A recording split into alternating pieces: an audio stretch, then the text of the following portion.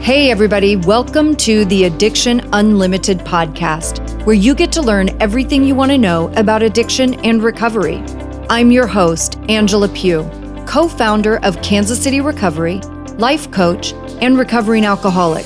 To learn more about me, you can listen to episode 0 on your podcast app or find us on the web at addictionunlimited.com. Hello, my friends. If you know me at all, you know I live for a good success story, and today is definitely one of those. What I love about my guest today is that she shares her real life and real struggles from sitting in her life pre-pandemic, dealing with a breakup, weight gain, overspending probably to soothe a broken heart, as we all know all too well, to how she used the global pandemic to her advantage. And that is something you don't hear too often. Most of us were melting down when COVID hit, but she really buckled down and used it to her advantage. You may know Alexa Lowe as a beauty influencer and content creator, but let me tell you, she's so much more than her beauty. And when COVID shut down the world, she was struggling with feeling unattractive, unwanted, overwhelmed. And not only was she overspending, but she also lost her job. This episode gives me all the feels because she's sharing what inspired her to take back control of her life and turn it all around. So let's not waste another second. Miss Alexa, thank you so much for being here and having this conversation with me. Thank you for having me, Angela. And thank you so much for all the kind words. Well, why don't you start with just telling everybody a little bit about you and what you do? Well, I've been on YouTube for 13 years now, chronicling just my interest in fashion and in beauty. And then it became a lot more beauty focused. It sort of turned into, I guess you could say, like a second income for me for several years.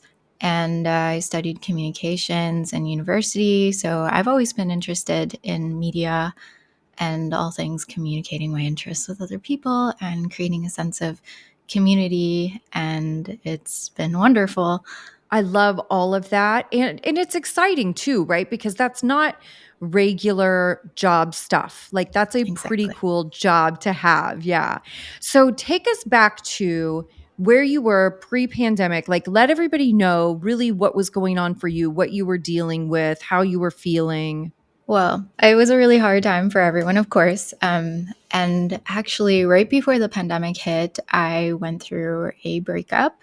And at the time, I was already struggling with looking for a new job, and I had debt and a really bad spending problem as well. And I just wasn't confronting it. I think it was easier not to confront because when you're in a relationship, you can very easily focus on another person and their wants and their needs as opposed to your own. It's just really easy to ignore yourself. And that's pretty much what happened. And then, of course, the job hunt didn't get easier over the pandemic because it was just like, what do I do with myself? And then on top of it, the breakup. So I just found myself without a job, no relationship, heartbroken, and 40 pounds heavier. And I just kind of buckled down and decided to tackle each area of my life as best as I could. And it worked out for better. All of that adversity, like I always feel like when I'm at a pretty low and it feels like everything is kind of caving in around me, those are always the moments that you know something major is coming next, right? Something really good. Those are the moments of growth. It's like you have to go through all that crazy stuff and feel so bad to really buckle down, learn what you need to learn, and get it together at an even higher level. It just makes you stronger. So when you went through your breakup, like was it expected? Like did you feel like your relationship was declining and you kind of knew that it was possible that it would end, or were you really blindsided? Oh no, I absolutely knew things were going to end. Leading up to it, it's just not something I wanted to confront until I was ready for it. And of course, when you're the one thinking about breaking up and then you decide to stay, what ends up happening is things just happen to force you out of it if it's not meant to be. I don't know. It depends if you're spiritual or not, but essentially that was what happened. And it was sort of like, I can't believe he did it when I wanted to do it, you know? Things were getting worse for me. I was making these sacrifices to try to see if I could make things work, even though I knew they weren't. Probably mostly because we were not on the same trajectory. I wanted to fix things about my life that they were not willing to work on their own. Yeah. I feel like we always kind of know. I mean, like obviously you know when your relationship isn't going great, Yeah. but when it deteriorates to a point that you're thinking like this really could be ending and wrapping up, like I feel like everybody feels that energy. But I love that you said that too. Like even if you're not willing to take action, like those spiritual beliefs, right? I'm a universe person and like Mhm. if Okay. I want to avoid something and not want to face it head on, right? If it's not the right thing, the universe will remove it from my life, regardless of how much that might hurt me, right? If Yeah. it's not the right thing, it will go away one way or another. And I really appreciate that you said that because that is exactly what happens. Yeah. Essentially, if you just ignore it, it doesn't go away and it eventually Hmm. comes back and you have to deal with it. So, what was your first, like, once the world shut down with COVID? What was your first thought of like, I could really use this time to start rebuilding these different pieces of my life? Well, I just thought, I don't have a job right now that's 40 hours a week. What am I going to do with this time? Of course, I was still applying for things, but not many jobs had openings. So I thought, okay, well, I can focus on my YouTube channel, of course. And actually, things had really declined on YouTube prior to the pandemic. And then they picked up a little bit over the pandemic because a lot of people were at home and willing to watch. But I had all these other things to work on to sort out. I was thinking about tackling my debt and also my weight loss. I really used that time to focus on getting myself to feel and look better, not just for superficial reasons, but because I realized, oh, like it would be better to be healthier given what's Mhm. happening in the state of the world. So what did you wanna which one did you tackle first? Fitness. You I did mean, fitness first. unintentionally. I don't know. It was almost like subconsciously I felt, oh, fitness is the easier thing to sort out first. Because when you have some, I mean, especially leading up to the pandemic and the unsuccessful job search that I had prior, I thought, well, I just felt like I had these money blocks in my mindset and I didn't have them in fitness. So I figured, okay, this is the easiest. I have no excuse. There's absolutely no excuse not to work out 30 to 40 minutes a few times a week and to sort out how I'm eating when I have all this time at home. Yeah. So did you do both at the same time? Like, you started exercising and changing your food together? Yeah, absolutely. I mean, I cut out a lot of things because, mind you, I wasn't earning an income, so it kind of coincided with budgeting. It was easier to focus on, okay, what are the healthy things that I can buy that are going to help me succeed at my fitness journey? Oh my gosh, I'm so the opposite because I would have been like, "Oh, like, I don't have any money." That gives me the excuse to eat, like, the worst food that I love. Yeah, I would have Oh, gone crazy just rationalizing all of the unhealthy stuff because it's the least expensive. oh, well, not here. I don't know. Not here. Oh. Yeah, I don't know I don't know how it is in the States, but in Canada, for produce, there isn't tax on produce like fruit and vegetables. So I try to focus on adding more Oh. of that into my diet. Obviously, healthier foods do and can be more expensive, but I would shop the promotions because whatever was on promotion was often whatever was in season as well. So it was better quality, and Mhm. I learned how to budget. I learned how to really be good at a grocery list and kind of building up an itinerary of seasonal meals that I actually enjoy, that are healthy, and that helped me in my fitness journey. Yeah. So, did you feel a huge confidence boost as you were implementing the changes? Oh, yeah. Oh, definitely. And that's just the thing. Like, whenever you work on something, whatever aspect of yourself that you feel insecure about, whether that be working on your career and trying to advance your career, or being more social, whatever it is, in fitness, I definitely felt like it boosted my confidence a lot because you see the you see the progress after a couple of months. And even if I didn't see the progress absolutely right away, I was like, oh, I have become a person who exercises regularly now. I feel better when I go up the stairs. I'm not running out of breath when I walk up the hill to go and do whatever it is that I'm going to go do. So it and obviously endorphins and all that. Exercise has a lot of benefits in that sense. So I know what you mean too, in that thought process of like, I'm the person that, because I remember when I was really unhealthy, I would always look at healthy people, exercise people, and I had a little like disdain because I lacked that confidence, right? Like, I didn't think I could be one of those people. And then all of a sudden, when I started working out and exercising, feeling really good, I was like, oh my gosh, like, I'm one of those people now. mhm, Like, I'm one of those people that like going to the gym is a priority for me. And yeah. like I'm putting it on my calendar and I'm following through whether I want to or not. I'm one of those people. And that was a huge confidence boost for me because it was something that I had always felt less than. It was an area of life that I always felt less than. I was always super insecure about not being a disciplined person. Oh my goodness. Putting it in the calendar is that's the thing. Like I wouldn't say I'm a digital what am I saying? Digital camera.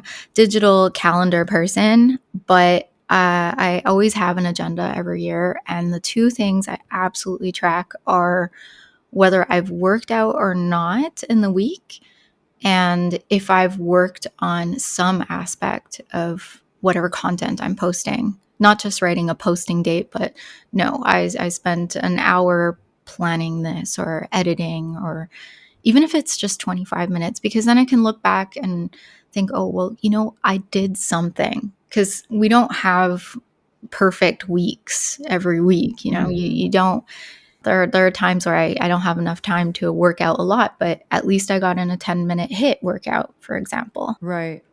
How did you keep your motivation up all of the time you were doing all this stuff? I think motivation is it's a lie. There's It's not It's something you fake always have. news. It's fake news, No, it's exactly. not. It comes in Yeah. waves. You can't rely on motivation. So No. the only thing that would kind of motivate me is just I would just tell myself I have to do it. Just do it. Just start. Make it a point to choose a time in the day and do it. Don't go back on it, because it's a commitment you make to yourself, and commitments aren't always going to be sunshine and flowers. Yeah, it's not always easy. Yeah. I always tell myself too, like, I'm a little harsh with myself because Aren't we all? that's how I motivate myself, but like, even in, like, I'm not a person that coaxes myself gently, like, oh, come on, you can do it. Like, that is not my inner talk. My inner talk is like, get over yourself, get your shit together, go do what needs to be done. Like, that's how I get myself going. So, for me, like, if I have that thought of like, I don't feel like it today, like, I don't want to go, I don't feel like it, or it's raining out, like, I don't want to get out of the house, or I've got too much work to do. It's like the next thing I will think is, I don't care how you feel, go work out. It doesn't matter how you Yeah. feel about it, you just go do it. It's the same thing with business, right? Like, Mhm. because just like you're talking about content creation, like, I'm not always jumping up and down doing cartwheels over recording a podcast or writing a social media post, right? Like, I'm not always super jazzed about doing those things, but it's the same thing. It's like, okay, I don't care how you feel about it, Angela, just go do it. Like, it has to be done, just do it. Get over yourself. Yeah, I think so. Like I said, motivation is a lie. It comes in waves. It's not an all the time thing. And you've made a commitment to yourself, and you have to respect yourself. You need to do it. I mean, yeah, it's okay to have an off day, But I think you just have to evaluate yourself like that. We all have our ways of speaking to ourselves. And it is hard, I think, when you have become really undisciplined. Yeah, It's hard at first, right? To transition into being more disciplined. It's hard to get yourself to do the things when you've built up the habit of not doing things. That is a very difficult transition to make. absolutely. How did you do it, like, with your spending? Like, what was your process to start curbing your spending? I didn't have any money in my bank account. And that helps. Yeah, I mean, if you almost max out your one and only credit card and then you have, I don't know, $50 in checking, you're like, well, what am I doing? I looked back and I was like, what am I doing? It was weird. I had this big epiphany switch. It was just that one moment. I think you hit a bit of a rock bottom, I suppose. And then I was like, no, I can't do that to myself anymore. And it wasn't, it's hard to explain. It wasn't the kind of thing that you would see people talk about when they're talking about motivation and, oh yeah, I'm so pumped to get out of debt. No, I just felt like I'm 30 plus. What am I doing with myself? And that really Right. where it originated from. Like, I was tired of feeling ashamed. I didn't want to feel Mm, ashamed. So that's when so it big. yeah, when it came to working out, okay, I don't want to be ashamed of how I look. I work out more and I feel better. And I don't look perfect. I don't have abs, but I still feel 10 times better than I did before. And I started to become addicted to feeling better. That's so big because that's absolutely real. Hmm. When you get to that place where you feel proud of yourself and trusting yourself too, like, did you sense that where you get to a place that you really trust yourself, that you will take care of what you need to take care of? Yeah, absolutely. Now, even more than ever. Now, because I have Yeah. a built up enough to feel more stable in my life, certainly. Yeah. And this is what I envisioned. And it's funny because, like, once you become the person that you want to be, you still want to be more. So you continue to grow. And Mhm.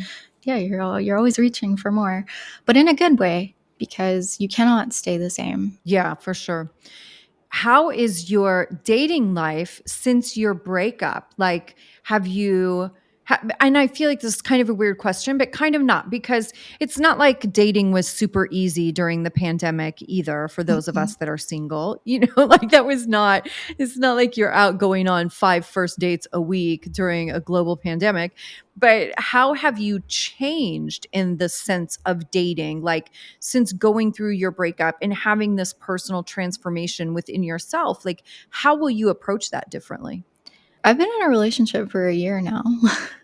Yeah, like I dabbled in dating apps toward in 2021-ish, and then I couldn't do it anymore, so I just stayed single for a really long time. Well, a really long time. What is a really long time between 2022 and Right. well, up until 2022. What am I talking about? I'm so mixed up with the years. Everything after the pandemic is like a blur. It's a total blur. I um, agree. uh, Dating was it kind of went on the back burner because obviously I didn't expect everyone to pay for my date, my food, and dates cost money. It costs money to go out. It's gotten more expensive now than it was before the pandemic, so it was Yeah. harder for me to justify that before I became more stable. And it just kind of things just kind of fell into place. I met someone through a friend. Actually, a friend of mine met her boyfriend on Bumble, and then she was like, "You know what? He's got a close friend." So he was vetted for, and then the rest is history. Yeah. How do you see yourself different in this relationship than you were in relationships prior to doing all this good work on yourself? It just makes you less codependent. Honestly, that's the Mm, biggest difference is just feeling like, oh, if this doesn't work out, my life isn't going to be ruined because I spent all this right. time focusing on this other person because I'm still constantly focusing on my own goals. And it's nice to have someone on your team, like a cheerleader, Mhm. supporting each other. But then also, we live our own individual lives and we have our own goals. Some of them cross over and some of them don't. That's the major difference. Yeah. What do you see for you as your next chapter? Right now, I'm really focused on staying consistent on YouTube again because I fell off for quite a while. I was on and off. I think I just burnt out. I think a Yeah. lot of creators can relate to that, where you almost feel like, oh my gosh, like what am I talking about anymore? I don't really see myself in this, especially when you've been doing something for a really long time. I was 21 when I started and I'm 35 now. So I don't exactly relate to the kind of content that I was creating before. And times have changed as well. People have different priorities, whether that comes with age or post pandemic, all the things. All the things. Yeah. So what is your topic now? Like where are you really putting your energy topic wise? I guess I kind of create content for what I wish I could have watched 5 or 10 years ago. I'd like to inspire younger women who are interested in creating sort of like a side income for fun, and then also kind of sharing what my struggles have been when I've done videos about compulsive shopping and not trying to keep up with the Joneses for the internet, not getting all of the popular treatments done, whether that's a ton of eyelash extensions or injections and all that, or having to buy the newest and latest bag, because at the end of the day, no one cares. No one cares about that Mhm. stuff. What's important is the effort you put into yourself. Is that what fueled the shopping for you, was really like creating content for your channel? That exacerbated things. I think it's also a bit generational trauma because I watched my mom shop a lot when she was younger and I thought, oh, Mm. like it's so fun. We never really thought about the consequences. Like I had a young mom, and yeah, we weren't future planning as much as we are now. Now my purchases are a lot more planned, and it's not just like all clothes and makeup when I don't have money left over to pay bills. Didn't you have a period too where your mom was going through some stuff? Oh, well, she's going through a chronic illness right now. So that was another Okay. thing. Like I was very happy that I sorted out my finances right around when she was diagnosed, because it would have been so difficult to deal with impulsive shopping while having all these extra responsibilities. Yeah. It definitely changes you, that's for sure. Oh, yeah. So break up, and then a year later, my mom got diagnosed with a chronic illness, and I just had a lot more on my shoulders. It also is a good motivator too, though. I mean, those sometimes are the kind of things that we need to make us really pay attention and get serious instead of continuing to avoid. 'Cause Yeah. especially when I was young, like I was the master of avoidance. Like just pretend it's not happening. Like I don't know when it's going to work out, but something will happen. It'll work out somehow, someday, but not ever being proactive about Mhm. things. And then you have an event and it's like, oh, wow, okay, I can't put this off forever. Like, I need to get this handled. Yeah, it's funny that you say that because I would see other people advancing in their careers or all these life events happening for them, and then I would think, "Oh no, like that's not for me right now. Being responsible adulting, not quite. No, I'm just doing my own thing, getting the clothes that I like and taking all the trips that I want to take, but not actually stepping back and your 20s, they flash in front of your eyes. They're gone. It It's doesn't so last." fast. I know. Yeah. It doesn't. It's so crazy. Mhm. And I feel like the decades just get faster as you get older. They just go by faster. Don't scare me. Well, but it also like I will say too, I mean, I'm in my 50s and I will say like it continues to get better. Like 20s were really crazy. really fun in a lot of ways, but really hard. Oh, yeah. Like I didn't know myself. I had no true sense of self or who I was or who I wanted to be, how I wanted to be in the world. I had no confidence.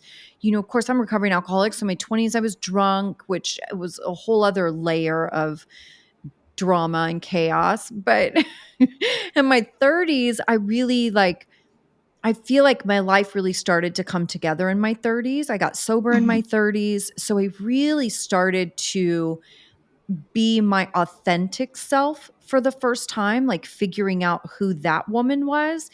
And then my 40s was just like, I was so comfortable and so confident and just kind of crushing it, and nothing bothered me. Like, yeah, it does. It just gets better and better and better. And I'm just at the beginning of my 50s, but it's been phenomenal. Like, really achieving things that I never even knew I was capable of. Yeah, and the bad things have to happen for that to be for that to start to happen as well. Like for you to make the recognitions that, oh, I need to change that. If I change Yeah, that, and you have no idea what's going to come of it, but eventually things do get better once you put in exactly. the work in yourself.